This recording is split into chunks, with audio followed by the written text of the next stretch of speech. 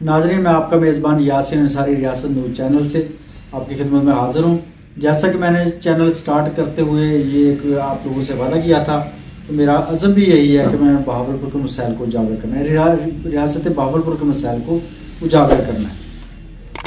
इस हवाले से ये मेरी जिम्मेदारी और अखलाकी फरीज़ा भी है कि इन इशूज़ को मैं हाईलाइट करूँ।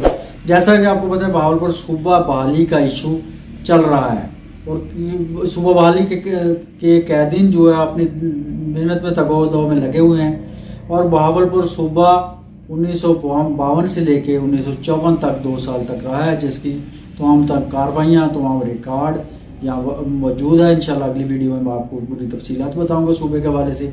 तो लेकिन साल 2018 में आम इंतखाबात के मौका पर साबिक़ वज़ीर-ए-आज़म पाकिस्तान इमरान खान साहब जो बाद में वज़ीर-ए-आज़म बने, उन्होंने वादा किया था कि मैं बहावलपुर सूबा तो शायद बहाल ना कर सकूँ, लेकिन उन्होंने जनूबी पंजाब सूबा ज़रूर बनाऊँगा। उन्होंने 2020 में, या ग़ालिबन अगस्त 2020 में उन्होंने जनूबी पंजाब सूबा बहाल करने का नोटिफिकेशन जारी किया। अब हुआ क्या है बहावलपुर के साथ? बहावलपुरियों को के साथ वादा तो ये था कि जनूबी पंजाब सूबा बहावलपुर में उसका सेक्रेटेरिएट बनाया जाएगा, लेकिन बहावलपुर के जो अवामी नुमाइंदे हैं वो नाहल और बेहिस निकले। ज़बरदस्ती मुल्तान वालों ने आधे से ज़्यादा सेक्रेटेरिएट बहावलपुर से छीन कर ज़बरदस्ती वहाँ बोर्ड लगा लिया और सेक्रेटेरिएट जनूबी पंजाब मुल्तान को डिक्लेयर करवा लिया और कुछ सेक्रेटरीज बहावलपुर में बैठ गए और ज़्यादा सेक्रेटरी जो अहम तरीन सीटें थी वो मुल्तान में रखी गई।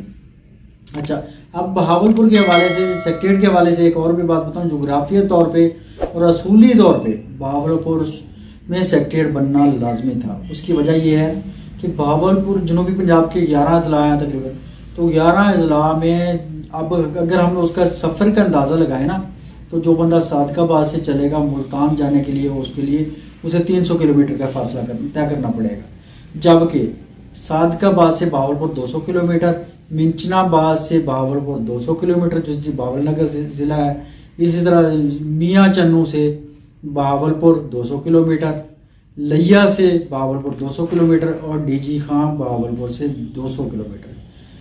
इसका मतलब ये है कि बहावलपुर बिल्कुल सेंट्रल पॉइंट में था, लेकिन ये हमारे अवामी नुमाइंदों की बेहिसी है, जिसकी वजह से ये सेक्रेटेरिएट आधे से ज़्यादा सेक्रेटेरिएट बहावलपुर से छिन गया। अच्छा, उसके बाद जो अगली हमारे साथ ज्यादती हुई है वो ये हुई है कि बहावलपुर की बिल्डिंग, सेक्रेटेरिएट की बिल्डिंग की तामीरात के लिए गवर्नमेंट ने जब बजट जारी किया तो फिजिबिलिटी वगैरह बन गई, काम शुरू होने लगा, तो मुबैना तौर पर वफाकी वज़ीर चौधरी तारिक बशीर चीमा साहब ने इसको रुकवाने के लिए रेड जोन, जो कि वफाकी तहकीकाती एक इदारा है, उसके ज़रिए इस जहाँ रकबे पे 70 एकड़ रकबे पे जहाँ सेक्रेटेरिएट बनना था वहाँ स्टे आर्डर लेकर उसको रुकवा दिया गया।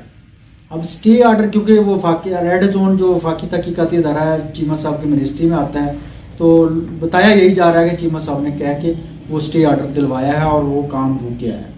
उसकी अगली कहानी वो ये है कि जो 70 एकड़ रकबा है उसके जब अब मेजरमेंट हुई है, रिकॉर्ड की छानबीन हुई है, तो पता चला है कि रेड जोन वालों का रकबा सिर्फ 15 एकड़ है, जबकि उन्होंने 70 एकड़ का स्टे लिया हुआ है। अब उसमें कसूरवार कौन है? अब यही बताया जा रहा है कि 2015 तक रेड जोन वालों ने सूबाई हुकूमत से यही रकबा लीज पे ले रखा था और गवर्नमेंट सूबाई हुकूमत को रेड जोन वाले वफाकी हुकूमत जो है वो उसको लीज पे करती थी। 2015 में इसका कॉन्ट्रैक्ट ख़त्म हो गया। उसके बाद असूलन तो यही चाहिए था कि जब कॉन्ट्रैक्ट ख़त्म हो गया तो उनसे वापस लेते, उनसे कब्जा लिया जाता। किसी ने कोई कब्जा नहीं लिया। अब 2020 में जब सेक्रेटेरिएट का ऐलान हुआ, नोटिफिकेशन जारी हो गया, तो उसके बाद वहाँ उस वक्त जो बहावलपुर में डीसी साहब थे वो इरफान अली काठिया साहब थे।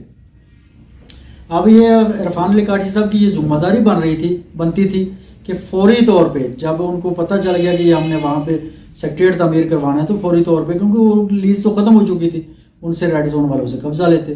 किसी ने कोई परवाह नहीं की, अपनी जिम्मेदारी का एहसास ही नहीं किया। तो ये इसकी तमाम तर जिम्मेदारी इरफान अली काठिया साहब पर भी ऐद हो रही है। तो उसके बाद जब 2022 में इसका बजट आया, काम शुरू होने लगा, तो रेड जोन वालों ने 70 एकड़ के स्टे लिया। देखिए कि क्या अंधेर नगरी है। अब रोकने के लिए किस तरह के हरबे इस्तेमाल किए जा रहे हैं। अगर बहावलपुर में कोई तामीर, कोई तरक्की हो रही है تو اس کو بجائے کہ اس کو ڈیولپمنٹ کے سپورٹ کرنے کے لیے اس کو روکا جا رہا ہے. اب طارق بشیر چیمہ صاحب کے حوالے سے کہا جا رہا ہے کہ انہوں نے اس لیے یہ سیکریٹریٹ کو رکوایا ہے کہ وہ چاہتے ہیں کہ بہاولپور صوبہ بحال کیا جائے.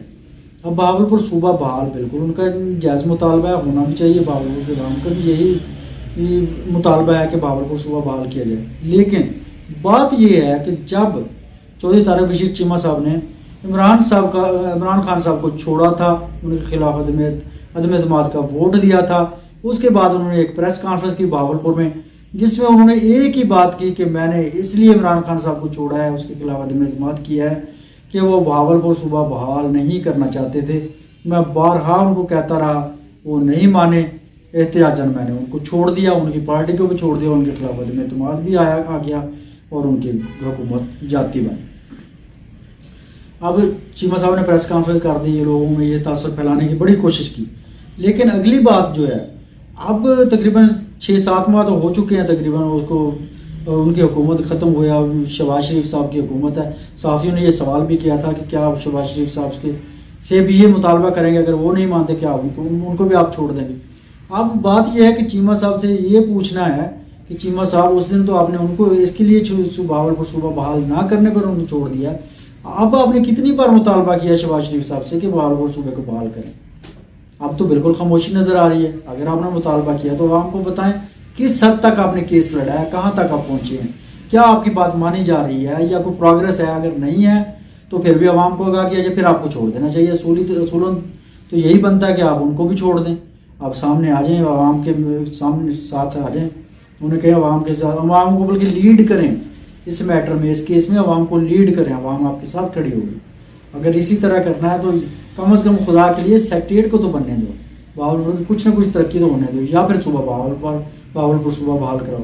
عوام کا آپ سے یہی مطالبہ ہے کہ صوبہ بحال کروائیں یا یہ اسٹے آرڈر خارج کروائیں، اس سیکریٹریٹ کو تعمیر کا کام شروع ہو سکے تاکہ بہاولپور کی محرومیوں میں کچھ نہ کچھ تو کمی آئے.